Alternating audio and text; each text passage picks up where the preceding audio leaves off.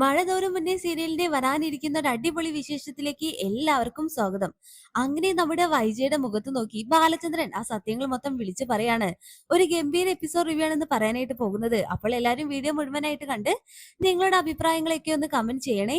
അങ്ങനെ ബാലേന്ദ്രൻ വൈജയുടെ മകൾ അലീനയാണെന്ന സത്യം തിരിച്ചറിഞ്ഞതാണല്ലോ. അതിന് പിന്നാലെ ബാലേന്ദ്രന് വൈജയോട് അടങ്ങാത്ത ദേഷ്യവും വെറുപ്പുമാണ്. എന്നാ വൈജ വിചാരിച്ചു വെച്ചത് അലീനയാണ് തന്റെ കുടുംബം തകർത്തത്. അലീന വന്നതിൽ പിന്നെയാണ് ബാലേന്ദ്രൻ തന്നെ വെറുത്തു തുടങ്ങിയത് എന്നൊക്കെയാണ് വൈജ കരുതിയത്. അങ്ങനെ ഒരു ദിവസം വൈജയുടെയും ബാലേന്ദ്രന്റെയും പ്രശ്നങ്ങൾ കൂടി വരുന്നത് കൊണ്ടും വൈജയുടെ കുത്തുവാക്കുകൾ കേട്ട് സൈ കെട്ട് അലീന കടപ്പാട്ടൂരിൽ നിന്നും എന്നേക്കുമായിട്ട് പടിയിറങ്ങി പോവാണ്.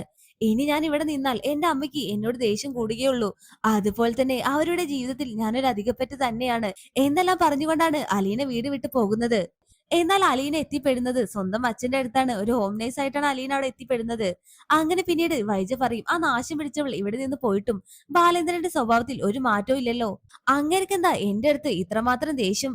ഇന്നത് എന്തായാലും അറിഞ്ഞിട്ട് തന്നെ കാര്യം എന്നെല്ലാം പറഞ്ഞുകൊണ്ട് വൈജ രണ്ടും കൽപ്പിച്ച് ബാലേന്ദ്രനോട് ചോദിക്കും, ബാലേന്ദ്ര, എന്തിനാണ് നിങ്ങൾ എന്നോട് ഈ ദേഷ്യം കാണിക്കുന്നത്? ഞാൻ എന്ത് തെറ്റാണ് നിങ്ങളോട് ചെയ്തത്? ഒരു കുഴപ്പമില്ലാതെ സന്തോഷത്തോടു കൂടി പോവുകയായിരുന്നു നമ്മുടെ കുടുംബം. ആ ഒരു പെട്ടവൾ ഇവിടെ വന്നത് മുതലാണ് നമുക്കിടയിൽ പ്രശ്നങ്ങൾ ഉണ്ടായത്. ആ നാശം പിടിച്ചവളുണ്ടല്ലോ, അവൾ ഈ കുടുംബം നശിപ്പിക്കാനായിട്ട് വന്നതാണ്. അതേടി, അവള് വന്നു. അതുകൊണ്ട് എന്തുണ്ട്? നിന്റെ കുറെ സത്യങ്ങളുണ്ടല്ലോ, അതൊക്കെ എനിക്ക് നന്നായിട്ട് മനസ്സിലാക്കാൻ പറ്റി. അപ്പോ വൈജു ചോദിക്കും, എന്ത് മനസ്സിലാക്കാൻ പറ്റിയതാണ് നിങ്ങൾ പറയുന്നത്? എന്താണ് നിങ്ങൾ അറിഞ്ഞേ എന്നൊക്കെ അവിടെ വൈജു ചോദിക്കും. എടി, നീ വിവാഹത്തിന് മുന്നേ ഒരുത്തനെ പ്രണയിച്ചില്ലേ? എന്നിട്ട് അവനിൽ നിനക്ക് ഒരു പെൺകുഞ്ഞ് ജനിച്ചില്ലേടി? അതിനുശേഷം അല്ലേടി നീ എനിക്ക് മുന്നിൽ കഴുത്ത് നീട്ടിയത്? ഇത് കേട്ടതും ആകെ ഷോക്കായിട്ട് നിൽക്കുന്നുണ്ട് വൈജ. എന്താ എന്താ നിങ്ങൾ പറഞ്ഞത്? അതേടി, ഞാൻ എല്ലാം അറിഞ്ഞു. ഞാൻ പറഞ്ഞതിൽ വല്ല തെറ്റുമുണ്ടെങ്കിൽ നീ പറയടി. നീ വിവാഹത്തിന് മുന്നേ നീ ഒരു പെൺകുഞ്ഞിനെ പ്രസവിച്ചില്ലേ? എല്ലാം ഞാൻ അറിഞ്ഞടി. നിന്റെ ഗംഗാധര ചേട്ടൻ തന്നെ എല്ലാം എന്റെ അടുത്ത് സമ്മതിച്ചു. നീ പ്രസവിച്ച ഒരു കുഞ്ഞുണ്ടല്ലോ, അത് മരിച്ചെന്ന് പറഞ്ഞുകൊണ്ട് അവരതിനെ അനാഥാലയത്തിലാക്കി. 2-3 വർഷം കഴിഞ്ഞ് ആ കുഞ്ഞ് മരിച്ചെന്ന് പറഞ്ഞുകൊണ്ട് അവരെല്ലാം നിന്നെ വിശ്വസിപ്പിക്കുകയായിരുന്നു. എന്നാലേ അവള് മരിച്ചിട്ടില്ല. അവൾ ഇപ്പോഴും ജീവിച്ചിരിപ്പുണ്ട്. അത് എവിടെയാന്നൊക്കെ എനിക്ക് നന്നായിട്ട് അറിയാടി എന്നെല്ലാം വൈജയുടെ മുഖത്ത് നോക്കി തന്നെ ബാലേന്ദ്രൻ പറയാണ്. ഇത് കേട്ടതും വൈജ അവിടെ ആകെ ഞെട്ടി നിൽക്കുന്നുണ്ട്. ഒന്ന് ബാലേന്ദ്രൻ സത്യങ്ങളെല്ലാം അറിഞ്ഞതിലും പിന്നെ തന്റെ കുഞ്ഞ് ജീവിച്ചിരിപ്പുണ്ടെന്ന് പറഞ്ഞതിലും വൈജ ആകെ ഷോക്കായി ചുമരും ചാടി നിൽക്കാണ്. ഇതോടും കൂടി വൈജയ്ക്ക് മനസ്സിലാവുന്നുണ്ട്, അപ്പൊ ഇത്രയും കാലം തന്റെ വീട്ടുകാർ തന്നെ ചതിക്കായിരുന്നോ? എന്റെ കുഞ്ഞ് ജീവിച്ചിരിപ്പുണ്ടോ എന്നൊക്കെ ഓർത്ത് വൈജ അവിടെ ആകെ പൊട്ടിക്കരയും. എന്നിട്ട് ബാലേന്ദ്രന്റെ ഷർട്ടിന് പിടിച്ച് വൈജ ചോദിക്കും, നിങ്ങൾ എന്താ പറഞ്ഞേ? എന്റെ കുഞ്ഞ് ജീവിച്ചിരിപ്പുണ്ടെന്നോ? അപ്പൊ നിങ്ങളൊക്കെ സത്യങ്ങൾ അറിഞ്ഞിട്ട് നിങ്ങളെല്ലാം എന്നെ ചതിക്കായിരുന്നു അല്ലേ? വിടടി എന്നെ, ഞാൻ ചതിച്ചെന്നോ? നീ അല്ലേടി എന്നെ ചതിച്ചത്. എല്ലാം മറിച്ചു വെച്ച് നീ എന്നെ വിവാഹം കഴിച്ചു. എന്നിട്ടോ എന്റെ 3 കുഞ്ഞുങ്ങളെ നീ പ്രസവിച്ചു. ഈ 22 വർഷത്തിനിടയിൽ നീ എപ്പോഴെങ്കിലും എന്നോട് തുറന്നു പറഞ്ഞിട്ടുണ്ടോ നീ ഒരു കുഞ്ഞിന് ജന്മം നൽകിയത്? അതിന്റെ ഒരു കുറ്റബോധമെങ്കിലും നിനക്കുണ്ടോടി? അഹങ്കാരം തലയ്ക്ക് പിടിച്ച് നടക്കില്ലേ നീ? എപ്പോഴെങ്കിലും നീ എന്നെ ഒന്ന് സ്നേഹിച്ചിട്ടുണ്ടോ? എനിക്കൊരു വില തന്നിട്ടുണ്ടോ എന്നൊക്കെ വൈജയുടെ മുഖത്ത് നോക്കി ബാലേന്ദ്രൻ ചോദിക്കാണ്. അപ്പോൾ അത് കേട്ട വൈജ ആകെ നാണം കെട്ട് തലയും താഴ്ത്തി നിൽക്കും. എവിടെടി നിന്റെ നാവ്? നിന്റെ നാവ് എന്താ ഇറങ്ങിപ്പോയോ? നീ എന്നെ എപ്പോഴെങ്കിലും ഒന്ന് ആത്മാർത്ഥമായിട്ട് സ്നേഹിച്ചിട്ടുണ്ടെങ്കിൽ ഒരു പക്ഷേ ഞാൻ ഇതെല്ലാം മറക്കുമായിരുന്നു. അല്ലെങ്കിൽ 24 വർഷത്തിനിടയിൽ നിനക്കൊരു കുറ്റബോധമെങ്കിലും ഉണ്ടാവണമായിരുന്നു. നീ എന്നോട് എല്ലാ കാര്യങ്ങളും തുറന്നു പറയണമായിരുന്നു. അങ്ങനെയാണെങ്കിൽ ഈ ബാലചന്ദ്രൻ ഒരു പക്ഷേ എല്ലാം മറന്നുകൊണ്ട് എനിക്ക് നിന്നെ സ്നേഹിക്കാൻ പറ്റുമായിരുന്നു. പക്ഷെ നീ എന്നോട് ചെയ്തത്, നിനക്ക് എന്നോട് അവഗണനയും അഹങ്കാരവും ഒരു പുച്ഛഭാവവും മാത്രമായിരുന്നു. എപ്പോഴെങ്കിലും നീ എന്റെ മുന്നിലൊന്ന് തോറ്റു തന്നിട്ടുണ്ടോ? ഞാൻ അന്നൊക്കെ നീ ചെയ്യുന്ന ഓരോ കൊള്ളരുതായ്മയും ക്ഷമിക്കാനായിട്ടുള്ള കാരണം നീ ഒരു പവിത്രയായ പെണ്ണായതുകൊണ്ടും എന്റെ 3 കുട്ടികളുടെ അമ്മയായതുകൊണ്ടും മാത്രമാണെടി. പക്ഷെ നീ വിവാഹത്തിന്റെ മുന്നേ ഉണ്ടല്ലോ ഒരു കുഞ്ഞിന്റെ അമ്മയത് അറിഞ്ഞതോടും കൂടി വൈജ എന്ന നിന്നെ ഞാൻ എന്റെ ജീവിതത്തിൽ നിന്നും എന്റെ മനസ്സിൽ നിന്നും എന്നേക്കുമായിട്ട് പറിച്ചെറിഞ്ഞു. ഇനി ഈ ബാലേന്ദ്രന്റെ ജീവിതത്തിൽ നീയില്ല എന്നെല്ലാം ബാലേന്ദ്രൻ വൈജയുടെ മുഖത്ത് നോക്കി കൈ ചൂണ്ടി പറയാണ്. ഇത് കേട്ടതോടുകൂടി ആകെ പ്രാന്ത് പിടിച്ച പോലെ സമതല തെറ്റി വൈജ തറയിൽ ഇരുന്നു കൊണ്ട് പൊട്ടിക്കരയാകും. ഭൂമി ഒന്ന് പിളർന്ന് അടിയിലേക്ക് പോയെങ്കിൽ എന്ന് പോലും വൈജയ്ക്ക് അവിടെ തോന്നി പോവാണ്. അങ്ങനെ ബാലേന്ദ്രൻ ആവട്ടെ വൈജ ഒന്ന് നോക്കിയിട്ട് പുച്ഛഭാവത്തോടെ റൂമിൽ കയറി ഉച്ചത്തിൽ ഡോർ അങ്ങോട്ട് അടയ്ക്കും. എന്നാ വൈജയ്ക്ക് ഇതൊന്നും സഹിക്കാൻ പറ്റുന്നില്ല. എന്തിനാണ് അവരൊക്കെ എന്നെ ചതിച്ചത്? എന്റെ കുഞ്ഞ് മരിച്ചു എന്ന് അവരൊക്കെ എന്നോട് എന്തിനു കള്ളം പറഞ്ഞു? എന്റെ കുഞ്ഞ് എന്നിട്ട് എവിടെ? എനിക്കിനി ജീവിക്കണ്ട. ഞാൻ എല്ലാവരുടെയും മുന്നിൽ തോറ്റുപോയി. എല്ലാവരും കൂടി എന്നെ ചതിച്ചു. ഇനി ഞാൻ ജീവിക്കില്ല.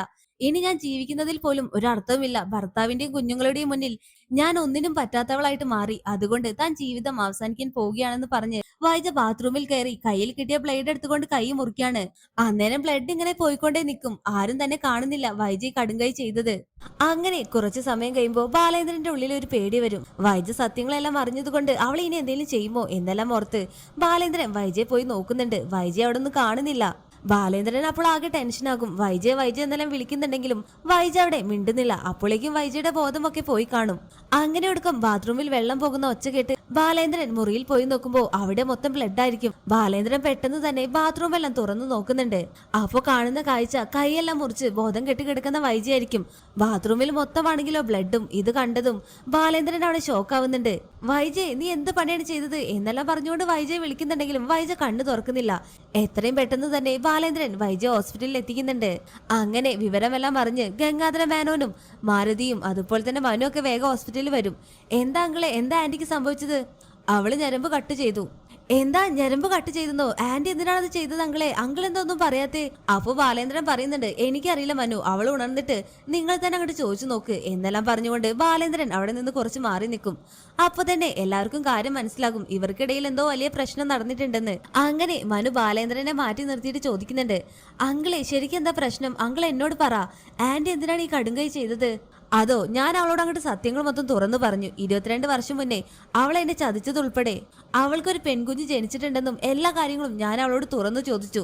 ഞാൻ സത്യങ്ങൾ മൊത്തം തിരിച്ചറിഞ്ഞത് അവൾക്കൊരു പക്ഷെ താങ്ങാൻ പറ്റി കാണില്ല. അതുകൊണ്ടായിരിക്കും അവൾ ഇപ്പോൾ ഇങ്ങനൊരു കടുങ്കൈ ചെയ്തത്. എന്റെ അടുത്ത് മാപ്പ് പറയുന്നതിന് പകരം അവൾ തോൽവി സമ്മതിച്ചുകൊണ്ട് അവൾ ആത്മഹത്യക്ക് ശ്രമിച്ചതാ. ഇതുകൊണ്ടൊന്നും ഞാൻ അവളോട് ക്ഷമിക്കാൻ പോകുന്നില്ല മനു എന്നൊക്കെ ബാലേന്ദ്രൻ മനുവിന്റെ അടുത്തായിട്ട് തുറന്നു പറയും. അപ്പൊ തന്നെ മനു പറയുന്നുണ്ട്, അങ്കിൾ അതൊക്കെ പോട്ടെ, അതൊക്കെ കഴിഞ്ഞതല്ലേ. ഒന്നില്ലെങ്കിലും അങ്കിളിന്റെ 3 മക്കളുടെ അമ്മയല്ലേ ആന്റി. എന്നിട്ടും അങ്കിൾ എന്തിനാണ് ആന്റി അങ്ങനെ കുത്തി നോക്കുന്നത്? പിന്നെ പിന്നെ ഞാൻ എന്ത് വേണമെന്നാണ് മനു പറയുന്നത്?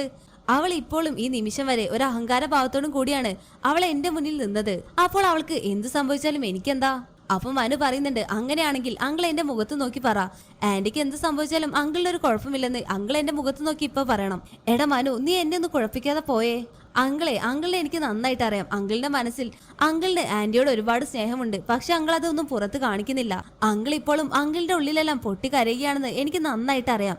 അപ്പൊ ബാലേന്ദ്രൻ പറയുന്നുണ്ട്, എന്ത് ചെയ്യാനാടാ, ഞാൻ അവളെ അത്രമാത്രം സ്നേഹിച്ചു പോയില്ലേ. അവൾ എന്റെ അടുത്ത് എല്ലാ സത്യങ്ങളും തുറന്നു പറഞ്ഞ് ഒരു മാപ്പ് പറഞ്ഞാൽ തീരാവുന്നതേ ഉള്ളൂ. ഞങ്ങൾക്കിടയിലെ പ്രശ്നങ്ങളെല്ലാം എനിക്ക് എന്റെ വൈജയോട് സ്നേഹമൊക്കെ ഉണ്ട്. പക്ഷെ അവളൊന്നും സമ്മതിച്ചു തരുന്നില്ല. അവൾക്ക് എപ്പോഴും ഒരു അഹങ്കാരമാണ്. എന്തായാലും എന്റെ വൈജയ്ക്കൊന്നും സംഭവിക്കാതെ ഇരുന്നാൽ മതിയായിരുന്നു എന്നൊക്കെ നിറ കണ്ണുകളോട് കൂടി ബാലേന്ദ്രൻ ഇങ്ങനെ പറയുന്നുണ്ട്. അപ്പൊ മനു പറയും, അങ്കിള് ടെൻഷൻ ആവാതെ ഇരിക്കെ, ആന്റിക്കൊന്നും സംഭവിക്കില്ല എന്നെല്ലാം പറഞ്ഞുകൊണ്ട് മനു ഇങ്ങനെ ബാലേന്ദ്രനെ സമാധാനപ്പെടുത്തും.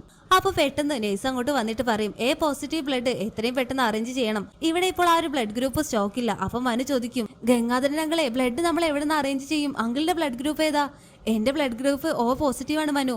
അപ്പൊ ബാലേന്ദ്രൻ പറയും, ഇനി ഒരേ ഒരു വഴിയുള്ളൂ, അലീനെ എത്രയും പെട്ടെന്ന് അവളെ ഇവിടെ എത്തിക്കണം. അവളുടെ ബ്ലഡ് ഗ്രൂപ്പ് എ പോസിറ്റീവ് ആണ്. അങ്ങനെ അലീന എവിടെയുണ്ട് എന്നത് മനുവിന് മാത്രവും അറിയുക. മനു പറയുന്നുണ്ട്, അലീന നീ എത്രയും പെട്ടെന്ന് ഹോസ്പിറ്റലിലേക്ക് വരണം എന്നൊക്കെ അലീനെ വിളിച്ച് പറയുന്നുണ്ട്. എന്താ മനുവേട്ട, എന്തെങ്കിലും പ്രശ്നമുണ്ടോ? അതൊക്കെ ഇവിടെ വന്നിട്ട് പറയാം, നീ സമയം കളയാതെ നീ വേഗം ഇങ്ങോട്ട് വാ. മനുവേട്ട, അച്ഛന് വല്ല അസുഖവും? അതൊന്നുമില്ല, വൈജാന്റെ ഒരു അബദ്ധം കാണിച്ചു, ആന്റി കൈ മുറിച്ചു. ഒരുപാട് ബ്ലഡ് പോയതുകൊണ്ട് എത്രയും പെട്ടെന്ന് എ പോസിറ്റീവ് ബ്ലഡ് വേണമെന്നാണ് ഡോക്ടർ പറഞ്ഞത്. നീ വേഗം അലീന ഇങ്ങോട്ട് വാ. ദാ മനുവേട്ട, ഞാൻ ഇറങ്ങി എന്നൊക്കെ പറഞ്ഞുകൊണ്ട് 1 മണിക്കൂറിനകം തന്നെ അലീന ഹോസ്പിറ്റലിൽ എത്തുന്നുണ്ട്. എന്നിട്ട് മനുവിനോട് ചോദിക്കും, മനുവേട്ട എന്റെ അമ്മയ്ക്ക് എന്താ പറ്റിയത്? അലീന, നീ പബ്ലിക്കായിട്ട് അമ്മ എന്ന് പറയല്ലേ. അങ്കിൾ ആന്റിയോട് എല്ലാം തുറന്നു പറഞ്ഞു. അങ്കിള് സത്യങ്ങളെല്ലാം അറിഞ്ഞു എന്നത് ആന്റിക്ക് മനസ്സിലായി. ആ ഒരു സിറ്റുവേഷനിൽ അവർക്കിടയിൽ വഴക്കായി. അങ്ങനെ ആന്റി കൈ മുറിച്ചു. അയ്യോ, എന്നിട്ട് മാഡത്തിന് ഇപ്പോൾ എങ്ങനെയുണ്ട് എന്നൊക്കെ ചോദിച്ച് അലീന എത്രയും പെട്ടെന്ന് വൈജിക്ക് ബ്ലഡ് കൊടുക്കുകയാണ്. അങ്ങനെ ഒരേ റൂമിൽ 2 ബെഡായിട്ടായിരിക്കും അലീനയും വൈജിയും കിടക്കുന്നത്. അങ്ങനെ ഒടുക്കം വൈജ കണ്ണു തുറക്കുമ്പോൾ കാണുന്ന കാഴ്ച അലീനയുടെ ബ്ലഡ് തന്റെ ശരീരത്തിൽ കയറുന്നതാകും. ഇവളോട് എനിക്ക് ബ്ലഡ് തരുന്നത്, എല്ലാ പ്രശ്നത്തിനും കാരണക്കാരി ഇവൾ ഒറ്റയൊരുത്തിയാണ് എന്നെല്ലാം പറഞ്ഞുകൊണ്ട് വൈജ അവിടെ തന്നെ കിടക്കും. വൈജയ്ക്ക് ഓവറായിട്ട് പ്രതികരിക്കാൻ പറ്റാത്ത സിറ്റുവേഷൻ ആയതുകൊണ്ടാണ് വൈജ അവിടെ ഒന്നും പറയാതെ കിടക്കുന്നത്. അന്നേരം മനു അങ്ങോട്ട് വരുന്നുണ്ട്. ആന്റി ഇപ്പോൾ എങ്ങനെയുണ്ട് എന്ന് ചോദിക്കുമ്പോൾ വൈജ കുഴപ്പമില്ലെന്ന മട്ടിൽ ഇങ്ങനെ തലയാട്ടും. അപ്പൊ മനു ചോദിക്കും, ആന്റി ഇങ്ങനെയൊക്കെ ചെയ്യുന്നതിന് മുന്നേ ആന്റിയുടെ മക്കളെ കുറിച്ച് ഓർത്തോ? അവർക്ക് പിന്നെ ആരാണുള്ളത്? രോഹിത്തിന്റെ കാര്യം പോട്ടെ, കൃഷ്ണമോളും ബബിതയും അവര് 2 പെൺകുട്ടികളല്ലേ. ഇതൊക്കെ കേട്ട് വൈജ പറയുന്നുണ്ട്, മനു നീ ഇപ്പോൾ എന്നോടൊന്നും ചോദിക്കല്ലേ. നിങ്ങളുടെയൊക്കെ ചോദ്യത്തിന് മറുപടി പറയാൻ പറ്റിയ സിറ്റുവേഷനിലല്ല ഞാൻ ഇപ്പോൾ ഉള്ളത് എന്നെല്ലാം പറഞ്ഞുകൊണ്ട് വൈജ അവിടെ പൊട്ടിക്കരയാണ്. എന്നാൽ വൈജയുടെ ഒരു സങ്കടമൊക്കെ കാണുമ്പോൾ അലീനയ്ക്ക് സഹിക്കാൻ പറ്റില്ല. അലീന അവിടെ വൈജയെ നോക്കി നിറ കണ്ണുകളോട് കൂടി കിടക്കാണ്. അങ്ങനെ ഒടുക്കം മനു പറയും, ആന്റി എന്നാ കുറച്ചു നേരം റെസ്റ്റ് എടുത്തോ. മനു, ഒരു നിമിഷം, ബാലേന്ദ്രൻ എവിടെ എന്ന് വൈജ ചോദിക്കും. അങ്കിള് പുറത്തുണ്ട് ആന്റി. അങ്കിള് മനസ്സ് തകർന്നാണ് അവിടെ നിൽക്കുന്നത്. ആന്റി അങ്കിളിനോട് എന്തൊക്കെ ചെയ്തു എന്നിട്ടും അങ്കിള് പറഞ്ഞത് എന്താണെന്നറിയോ? അവൾ ഈ സത്യങ്ങൾ മറച്ചു വെക്കാതെ അവളായിട്ട് തന്നെ എന്റെ അടുത്ത് തുറന്നു പറഞ്ഞിട്ടുണ്ടെങ്കിൽ ഒരു പക്ഷേ ഞാൻ അവളോട് ക്ഷമിച്ചേനെ. ഇനിയെങ്കിലും ആന്റി അങ്കിളിനൊന്ന് മനസ്സറിഞ്ഞ് സ്നേഹിക്കി. അപ്പോ വൈജ പറയുന്നുണ്ട്, ഞാനിത് തുറന്നു പറഞ്ഞാൽ ഒരു പക്ഷേ ബാലേന്ദ്രൻ എന്നെ ഉപേക്ഷിക്കുമോ എന്ന് കരുതിയിട്ടാണ് ഞാനത് പറയാതെ ഇരുന്നത്.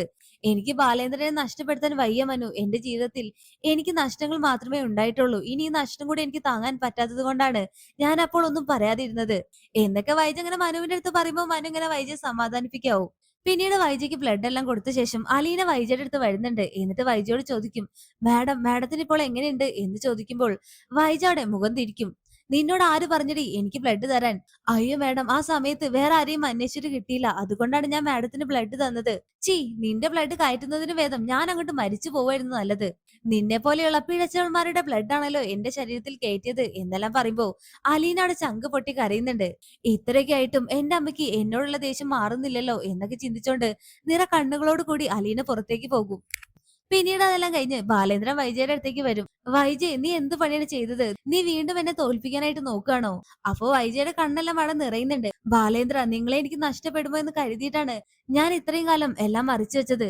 ഓക്കെ, സാരമില്ല, അതൊക്കെ കഴിഞ്ഞു എന്നെല്ലാം പറഞ്ഞുകൊണ്ട് വൈജയ് ചേർത്ത് പിടിക്കുന്ന ബാലേന്ദ്രനെ കാണിച്ചുകൊണ്ടാണ് ഈ ഒരു എപ്പിസോഡ് അവസാനിക്കുന്നത്. എന്തായാലും ഒരു അടിപൊളി കാഴ്ച തന്നെയായിരുന്നു.